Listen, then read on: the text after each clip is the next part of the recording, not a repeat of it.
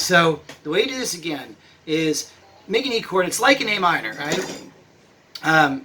Just on the next strings. Refinger it so your pointer finger is free, okay? So instead of using 1, 2, and 3 fingers, you're going to use 2, 3, and 4. So your middle is on the 3rd string, 1st fret. Your ring is on the 5th string, 2nd fret. Your pinky's on the 4th string, 2nd fret. So that's an E chord.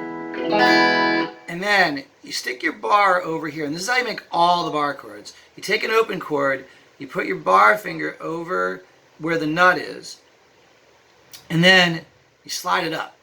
And that is the bar chord. So what you're doing is you're taking all of the notes that are in the open chord, including the open strings. You're grabbing the open strings with that bar. And that becomes like the new end of the guitar. So you have no open strings of the chord now. And so you're taking that entire sonority of chord and moving it up to another fret. Cool? So now what happens when you do that is the note name changes, but the chord type stays the same. So this is called an E major chord. When you move it up, it's still a major, but now it's on the F note. And then now it's on an F sharp. And now it's on a G. So this G chord right here sounds like this G chord there. And if you move it up to A, which is at the 5th fret, that sounds like an A chord. And if you move it up to a C, which is at the 8th fret, that sounds like a C chord. You move it up to a D, which is the 10th fret, that sounds like a D chord.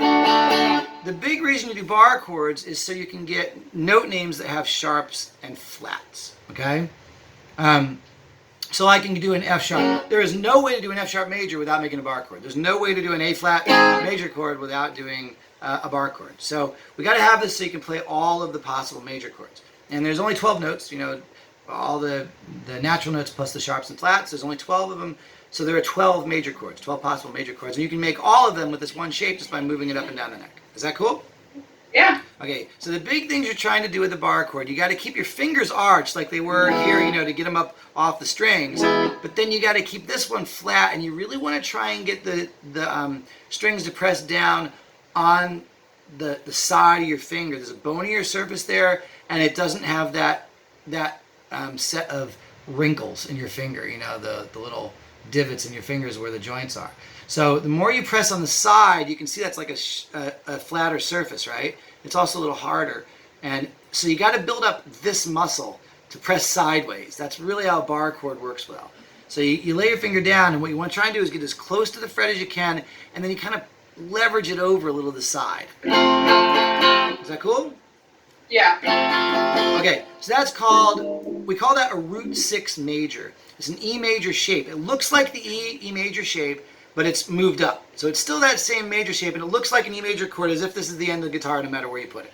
Cool? Cool. That stays a major chord no matter where you put it, and the letter name changes. Make an E minor chord now. It's the same as the E major, but you lift up your middle finger.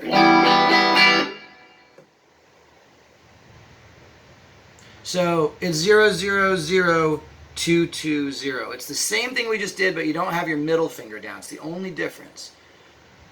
So if you're doing an E major, it looks like this. Lift up the note on the 3rd string. Don't put your pointer finger down. So just the notes are 0, 0, 0, 2, 2, and 0. Those are the tab notes. 0 on the 1st string, 0 on the 2nd, 0 on the 3rd, 2 on the 4th, 2 on the 5th, and then open 6th string. Cool? 2 on... Second finger on both those strings? No, you use your middle and your ring when you're doing it normally. Kind of like an A minor, you know, you take your A minor, move it to the next string like we just did, and then just lift up your pointer finger.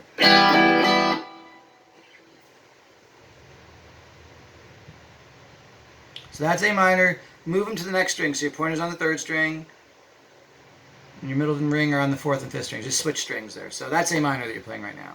Just shift everything up. So like here's A minor, and this is E. Don't change the, don't flip your fingers around. Just take the A minor chord and shift it to the next strings. Yeah, move your pointer finger to the 3rd string, 1st fret.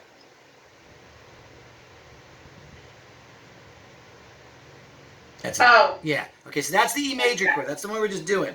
Now lift up your pointer finger. Just lift it up off the string so you have the 0 on it. No, your pointer finger.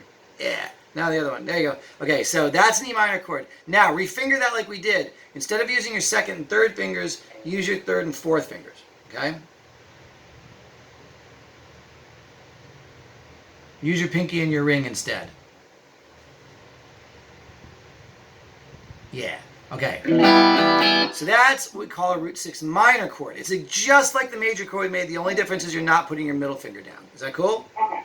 Yeah. Okay. So now you can move that around, and now you have this sad sounding minor chord that we can move to any note. So you can call that an E minor. If you move it up, it's an F minor. If you move it up to here, it's a G minor. If you move up to here, it's an A minor. That A minor is the same chord that you have down here. You see this? Open A minor and same chord. Little different voicing because we have another note that's up high, but it's still an A minor chord. Okay?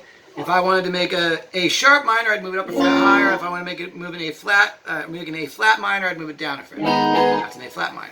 So now you can play every single major and minor chord that you ever see in any song using just those two shapes. We're going to learn some more shapes, but you can play every single major and minor chord you ever see. So if you start seeing some chords that say A sharp minor, B flat major, you can play all those chords now using just those two shapes. Does that make sense? Yeah.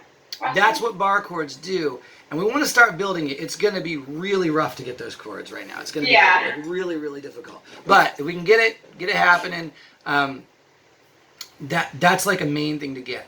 We have like a couple minutes. So I'm gonna stop the video on the bar chords there. Are you cool with making those and just trying to make those shapes, moving around? Yeah. I can have the video to practice with. Yeah. Yep. I'm gonna upload that now.